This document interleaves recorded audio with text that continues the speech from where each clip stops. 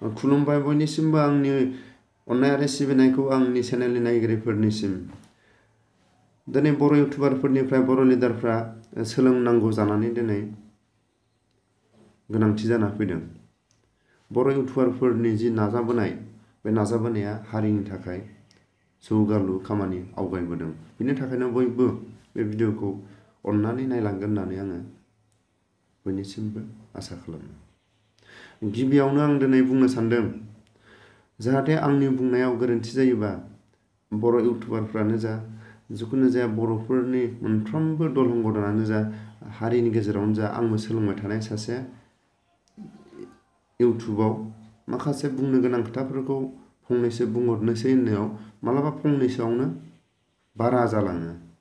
बे बारा जालांनायावनो माखासे खोथाफ्रा नङै खोथाखौबो बुंब्रफ्राङो। बे बुंब्रनायाव जुदि माखासे गोरोन्थि जायोब्ला बुंहरगोन बा फोरमायना हरगोन, नैबे भुल जादों, नैबे ओरैसो जानांगौमोन, बेखौ आं बयनिसिमबो आङो आसा खालामो। दा गिबियावनो फोरमायनो सानदों, बर' इउटुबारफोरनि जि नाजानाय हारिनि दिनै खैफोदाव सोरबा सरकारजों न' होखारजानाय, अखा बांखानि गेजेराव आलाय सिलाय जानाय, सोरबाया बेमार सेमारजों भुगिनांनाय, सोरबाया ओरै दैबानाजों भुगिनांनाय, सोरबाया गुबुन गुबुन रायजोआव थांनानै गारि भारा गैया आलाय सिलाय सोरजोंबा फानजाहैनाय, जिखुनु जाया खैफोदखौ दिनै बर' इउटुबारफ्रा एसेबाबो दिनै गावसिनि जि खस्थ' खालायनाय थाइसे थाइनै हाबो बे रां रुफाखौनो बर' हारिनि गेजेराव खैफोदाव दिनै सहाय खालायगासिनो दं। आरो बे सहाय खालायबाय थांनायाव जाहाथे बर' रायजो राजाया बे बर' इउटुबारफोरनि सायाव सहाय खालामो। सहाय खालायनाया जाहैबाय, बुहुत मानसिया मबाइल नायो, नाथाय बे मबाइल नायनानै बे फंबायमोननि भिडिअखौ मा खालायनांगौ मा खालायनाङा, सोरबा रोंनायफ्रा अबेयाव सेरनांगौ अबेयाव सेरनाङा बेखौ सेरनानै जाहाथे बर' इउटुबारफोरनि बे जायफोर दिनै कलेजाव थांनानै गावनि क्लासखौ फोजोबनानै गावनि माखासे बिजाब फरायनांगौ समखौ दसे दोनथ'नानै टाइम गैयै, जानाय लोंनाय सुग गैया, कलेजनिफ्रायनो डाइरेक्ट अबेबा जाथायाव थांनानै अबेबा माबा मोनसे खैफोद आफोदाव अबेबा बेमार सेमार सोरनिबा जेरैबो माने लामा गोथे जानाय न'खरफ्राव थांनानै सोरबा गथ'फ्रा दिनै बाख्नायथावा बेनो जाहैबाय, बुंनांगौ जोंनि सिगाङाव आरो फोरमायनांगौ माखासे दिनै आगान सुरलांदों। सोरबाफोर दिनै बुंस' हायै, रावबो दिनै मोनथिस'नो हायै, बेखौ एसेबाबो बे फंबायमोना बे इउटुबनि गेजेरजोंनो एसे मोनथिथों एबा बयबो हेफाजाब होलायथों होननानै थांनानै खस्थ' खालायनानै कलेजनिफ्राय बायह्रा थांनानै भिडिअ खालायनानै हेफाजाब होयो। नाथाय भिडिअ नुसेयावबो रावबो हेफाजाब होनाया हारिनि गेजेराव जेसेबां हेफाजाब होनांगौ एसेबां माने मोना, सहाय खालामा।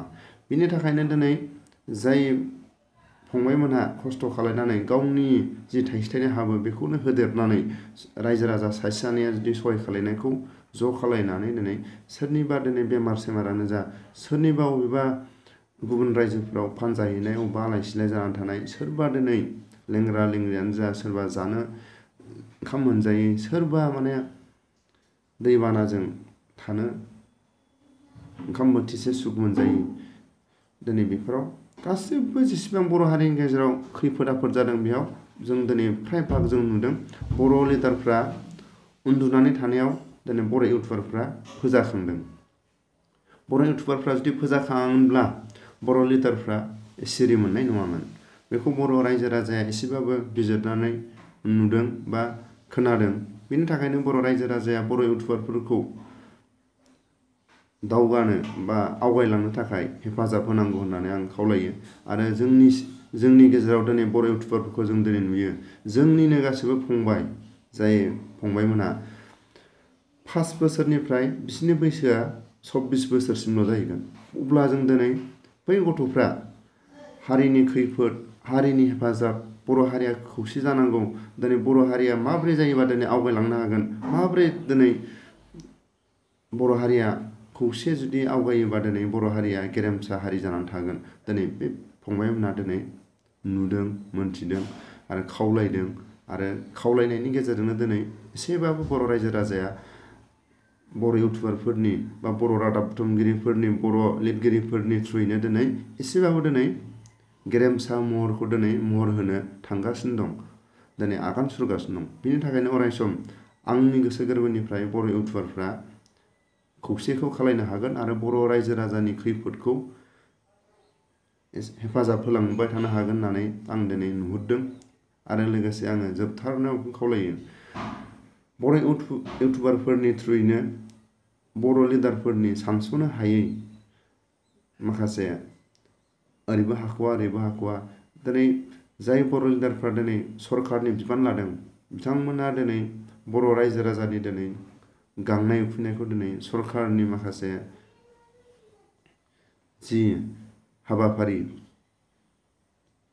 जि माने सरकारनि माखासे नांगौखिनि दिनै बर' लिडारफ्रा दिनै बे सरकारनि सायाव दिनै रिलेसन लादों, नाथाय गोसोआव अननाय दं हारिखौ फोथांलांनो हारिखौ जौगाहोनो थाखाय, नाथाय बिसोरनि साननाय बिसोरनि नाजानाय बायदि दिनै सरकारनि आखायाव गैजोबा। अब्लाबो दिनै बर' लिडारफ्रा नाजालांगासिनो दं। बे नाजालांबाय थानायनि गेजेराव दिनै सरकारजों जाय बर' लिडारफ्रा दिनै एसेबाबो दिनै रिलेसनखौ दिनै लानो गोनां जादों।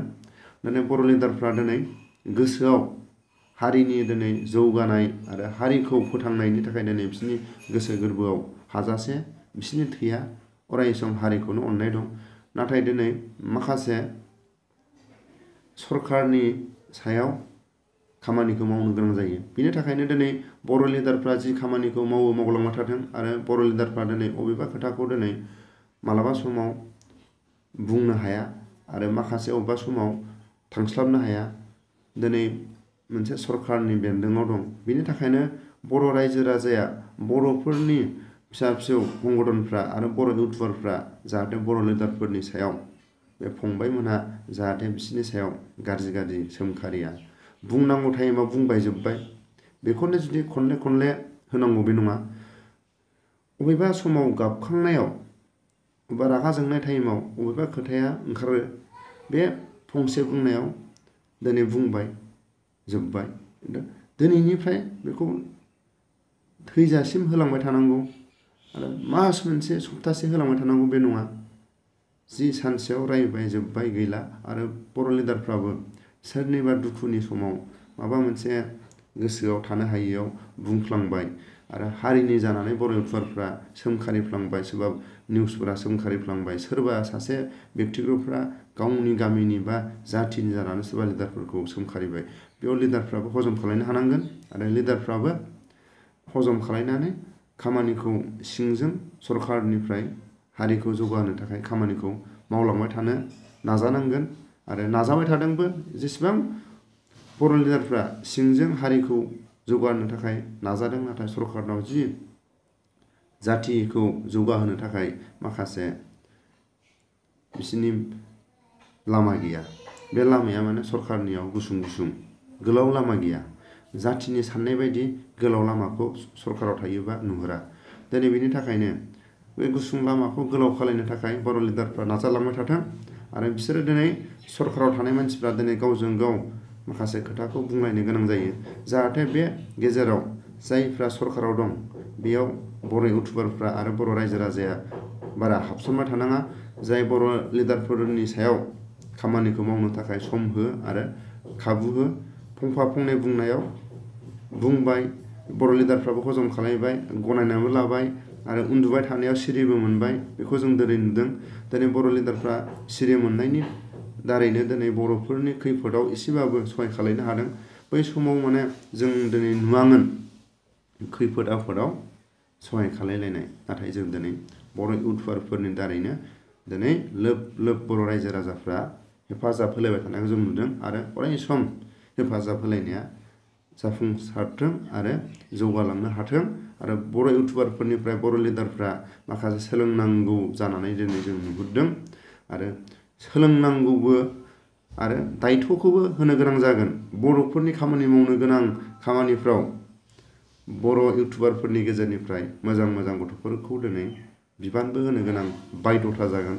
आरो बे फंबायमोनहा दिनै सोङोब्ला फंबाया मा मावदों, आं दिनै ITI फरायदों, सोरबा इन्जिनियार फरायदों, सोरबा दिनै आङो डिग्री मेजर लादों, सोरबाया बिदिनो सोरबा बिकम लादों, सोरबाया माने डक्टर लाइनाव नाजादों, सोरबाया बिदिनो बुहुत लाइनाव फरायदों होननानै सोङोबा बर' इउटुबारफोरनि सायाव, अब्ला जोङो लाजिनाय गिनाय मोनो। फंबाया क्लासखौ लानानै मा टाइमाव सम होयो आरो मा टाइमाव भिडिअ खालायो, मा टाइमाव नों गावनि न'निफ्राय एसे गोजान हान्थियो, बेफोरनि खोथाखौ जुदि बर' इउटुबारफोरनि माखासे काहानिखौ जुदि आरो बिसोरनि खस्थ' खालामनायाव जुदि खोनासङोब्ला रावबो बर' इउटुबारफोरनि माखासे बिसोरनि खस्थ' खालायनायखौ दिनै खोनासङोब्ला आरो सोङोब्ला दिनै गाबनोबो गोनां बायध'था जागोन आरो बुंस' हायै गोसोआव दुखुबो मोनगोन। जों दिनै अबेबा लामायाव सोङोबा, फंबाय नों माबायदि